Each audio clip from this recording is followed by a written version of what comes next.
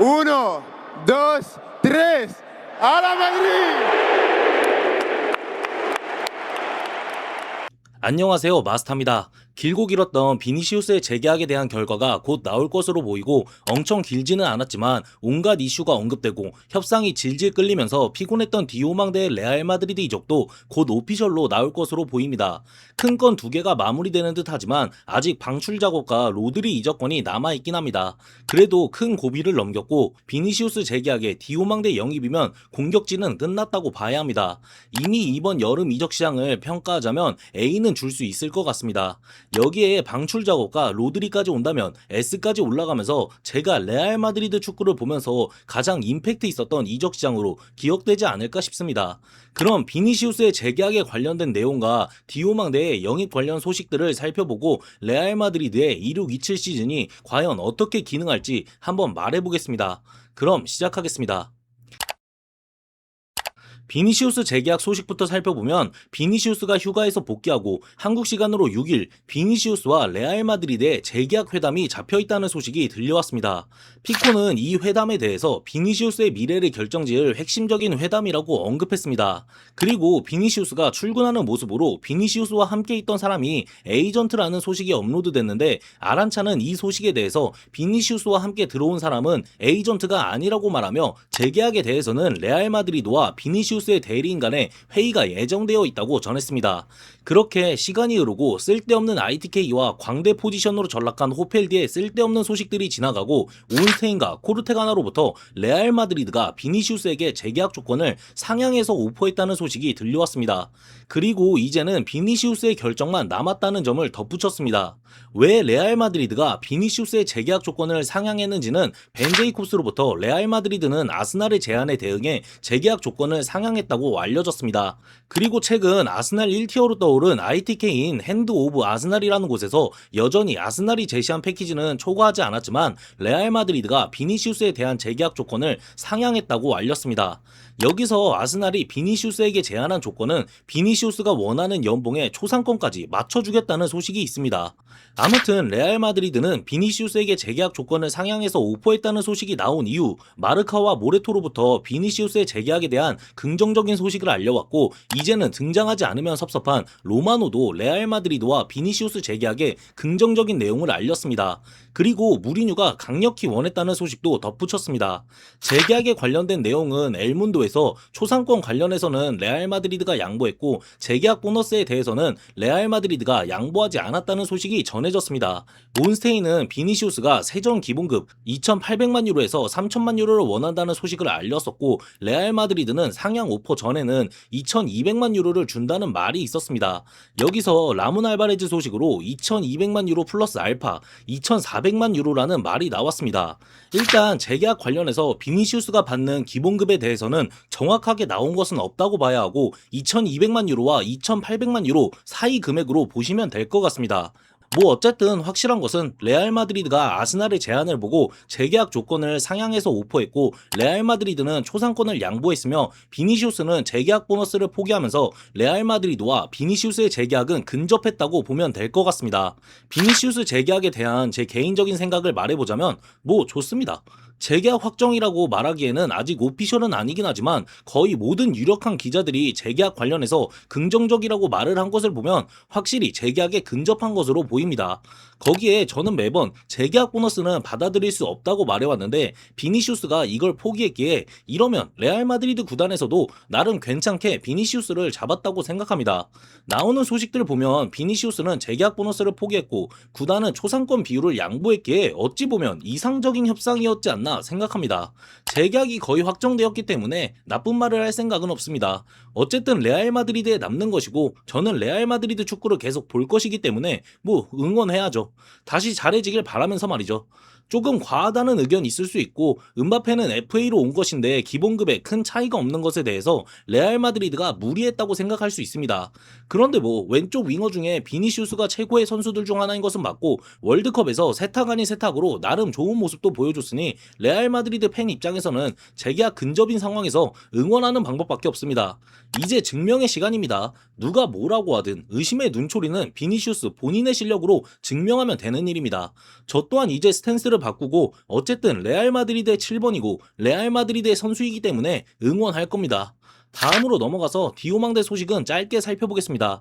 디오망대에 대한 내용은 이전 영상에서도 언급했지만 로마노는 레알 마드리드와 라이프치히 간 디오망대 영입에 대한 협상은 이미 이루어졌다고 말해왔고 플라텐버그와 필리핀제는 아직 협상이 이루어지지 않았다고 말하고 있던 상황이었습니다. 그런데 플라텐버그와 필리핀제로부터 디오망대가 1억 2,500만 유로의 이적료로 이적 직전이라는 소식을 전했고 온스테인도 디오망대 레알 마드리드 이적에 대해서 시간 문제라고 언급했습니다. 코르테가나도 디오망대는 최대 1억 4천만 유로, 정확하게는 1억 2,500만 유로 플러스 1,500만 유로의 금액으로 레알 마드리드 이적을 앞두고 있다고 전했습니다. 디오망대도 곧 레알 마드리드로 합류할 것으로 보입니다. 솔직히 이적료 굉장히 과하다고 생각합니다. 그리고 과연 에이전트 수수료에 관한 금액이 어떨지는 아직 나온 게 없어서 예측이 되지 않아 더욱 과하다고 생각합니다. 하지만 이번 여름 이적 시장 레알 마드리드의 기조는 확실히 윈나우였고 이 윈나우 기조에 어울리면서도 미래를 바라볼 수 있는 디오망대 영입은 굉장히 긍정적으로 생각합니다. 나중에 매각되는 금액도 희망회로 돌리면서 비싸지 않다고 생각하면 될 것 같습니다. 디오망대도 비니시우스와 마찬가지로 증명의 시간입니다. 비싸다고 누가 뭐라 하든 잘하면 장땡입니다. 자, 영상 도입부에서도 말했지만 비니시우스의 재계약, 디오망대 레알 마드리드 이적은 오피셜은 아니지만 거의 확정적이라고 봐도 될 것 같습니다. 여기에 마스탄토노의 피오렌티나 임대 소식이 전해졌고 로마노의 Here We Go도 떴습니다. 이로써 공격진의 교통정리가 어느 정도 되었는데 비니시우스의 재계약, 디오망대의 레알 마드리드 이적 이후 선수단 상황에 대해서 말해보고 26-27 시즌 레알 마드리드는 어떤 모습을 보일지 알아보도록 하겠습니다. 지금 레알 마드리드의 선수단을 살펴보면 골키퍼 2명, 수비수 10명, 미드필더 6명, 공격수 6명입니다. 총 24명으로 디오망대까지 온다고 하면 25명입니다. 라리가와 챔피언스 리그에 등록 가능한 최대 선수단 인원이 25명이기 때문에 디오망대가 와서 25명을 채우면 인원수가 동률로 딱 맞아 떨어집니다. 결국 로드리든 무리뉴가 요청했다고 하는 센터백 추가 보강이든 누가 될지는 모르겠지만 이제는 확실히 누군가 떠나야 누군가 올 수 있습니다. 최대한 좋게만 생각하면 카마빈가 나가고 로드리에 라센시오 나가고 센터백을 추가 보강하면 베스트겠지만 이건 쉽지 않습니다. 매각 가능 자원들을 생각해보면 센터백의 라센시오, 미드필더의 카마빈가, 공격진에서는 엔드릭이 있습니다. 앞서 말했듯 이상적인 가능성은 카마빈가 라센시오 방출에 로드리와 추가 센터백 영입이지만 라센시오와 카마빈가는 꾸준히 이적 가능성이 언급되면서도 꾸준히 증명하고 싶다고 뻗팅기고 있기 때문에 로드리와 추가 센터백까지 영입하는 것은 어쩌면 불가능할지도 모릅니다. 냉정하게 라센시오, 카마빈가, 엔드릭 중에 엔드릭의 이적 가능성이 가장 높습니다. 엔드릭은 라센시오와 카마빈가처럼 뻗팅기겠다는 소식은 없고 SP가 오고 디오망대가 온다면 비니시우스, 은바페, 디오망대가 선발일 것이고 그의 서브는 호드리고, SP, 브라임으로 봐야 하기 때문에 엔드릭은 너무 애매해집니다. 아마 엔드릭은 곧 임대 소식이 다시 한번 나오지 않을까 생각합니다. 그럼 여기서 생각해보면 이미 이적 시장을 잘 보내긴 했지만 지금 기존 최악의 상황은 엔드릭 잔류의 현상 유지입니다. 타선책은 엔드릭 확정 방출에 라센시오 혹은 카마빈가 둘 중 하나만 방출되고 센터백을 영입하는 것입니다.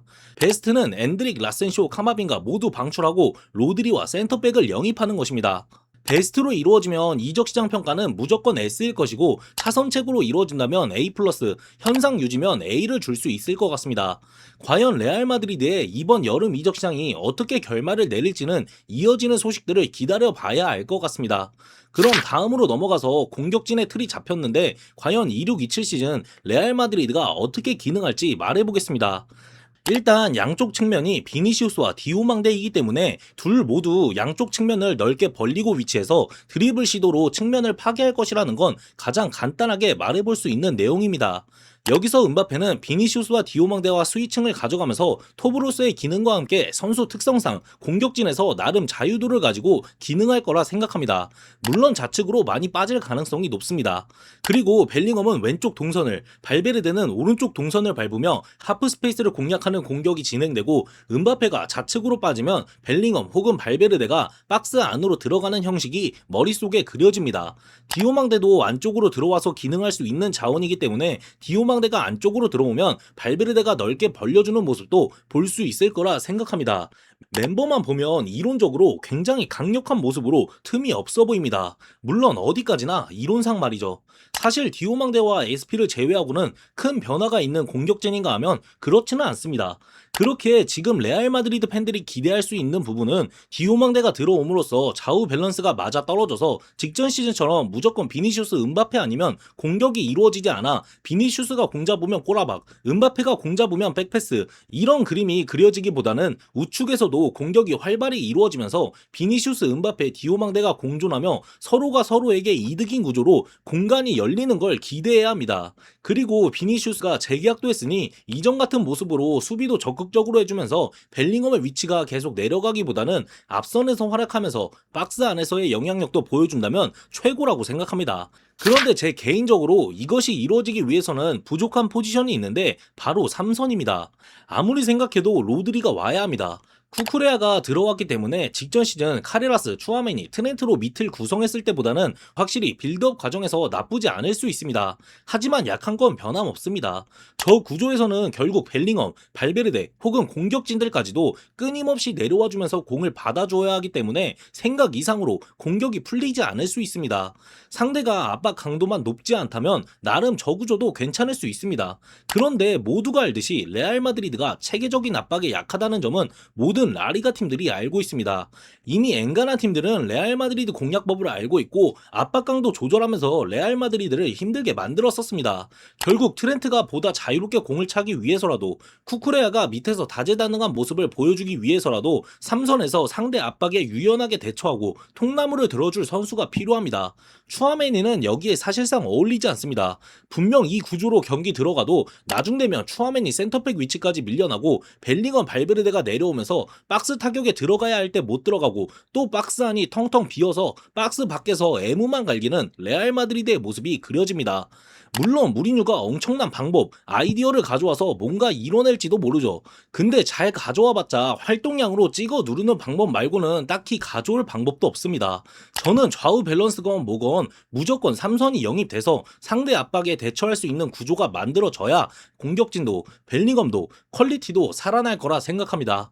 마무리하면서 예전에 제가 무리뉴를 딱히 믿지 않는다고 말한 적이 있습니다. 어떤 분이 무리뉴를 엄청 믿으시면서 댓글을 달았는데 전 이분께 물어보고 싶은 게 있습니다. 무리뉴를 뭘 보고 믿습니까? 커리어 하락세에 있던 감독이었고 하락세의 원인도 분명했던 감독이었습니다. 제가 보기에 이 댓글 작성자분이 믿고 싶은 건 지금의 무리뉴가 아닌 과거의 무리뉴를 믿고 계시다고 생각합니다. 안첼로티가 2일2 시즌에 감독으로 들어왔을 때랑 솔직히 지금 무리뉴 들어온 거랑 뭐가 다릅니까? 당시에 안첼로티 들어왔을 때 분위기 살벌했습니다. 안첼로티도 당시 하락세였고 어느 정도 무리뉴랑 같은 이유로 하락세의 원인도 뻔히 보였습니다. 근데 지금은 안첼로티 때랑 무리뉴 때랑 뭐가 달라서 분위기가 살벌하지 않냐면 결국 이적 시장에서 미친 행보를 보여주고 있기 때문입니다. 안첼로티 때는 하락세 감독의 수비의 핵심이었던 라모스 바란 나갔습니다. 그리고 데려온 선수들이 카마빈가의 알라바 FA였습니다. 지금 무리뉴가 감독으로 선임된 상황, 이적 시장이 이번과 같지 않고 안첼로티 2기의 시작이었던 2일2 시즌과 같았다면 지금 분위기 어땠을까요? 저는 기본적으로 무리뉴에 대한 신뢰가 딱히 없습니다. 도대체 무엇을 보고 무리뉴가 레알 마드리드를 바꿀 수 있다고 생각하는지 모르겠습니다. 전술이 획기적인가요? 선수단 장악이 예전처럼 되나요? 무엇을 보고 무리뉴가 레알 마드리드를 승리로 이끌 수 있다고 생각하시나요? 저는 무리뉴가 지금 레알 마드리드에 딱히 매물이 없어서 적합한 감독이라고 생각은 하지만 딱히 큰 걸 보여줄 거라고 신뢰하지 않습니다. 다만 제가 26-27 시즌 레알 마드리드가 우승할 수 있다고 믿는 이유는 이적 시장을 그 어떤 팀보다 잘 보내고 있기 때문이 첫 번째 이유고 선수들 마인드도 3년 연속 라리가 우승을 바르셀로나에게 내주는 것은 오명이기 때문에 마인드가 달라질 거라는 믿음이 두 번째 이유입니다. 제가 믿는 건 영입된 선수들과 기존 선수들의 마인드 변화, 즉 선수들을 믿습니다. 무리뉴는 크게 뭐 하지 말고 어줍잖게 선수단 장악하려고 하지 않았으면 좋겠습니다. 이젠 나이도 나이니 어느 정도 유한 느낌으로 선수들만 하나로 모아줬으면 좋겠습니다. 뭐 아무튼 이 파트에 대해서 결론적으로 말해보자면 이론상 강한 공격진이 결국 제대로 기능하기 위해서는 3선 영입은 필수라고 말하고 싶습니다. 그리고 무리뉴는 딱히 다른 거 하지 말고 엔간하면 선수랑 싸우지 않으려 했으면 좋겠습니다. 비니시우스의 재계약, 디오망대의 영입, 여러 말이 나오는 재계약과 영입입니다. 하지만 누가 뭐라고 하든 솔직히 알 바 아니고 증명의 시간이라고 생각합니다. 비니시우스, 디오망대 둘 다 모두 잘하면 없어질 말입니다. 레알 마드리드 팬 입장에서는 잘해가지고 증명했으면 좋겠습니다. 비니시우스는 많이 까고 욕했는데 어쨌든 레알 마드리드의 7번이고 선수이니 응원하면서 지켜보겠습니다.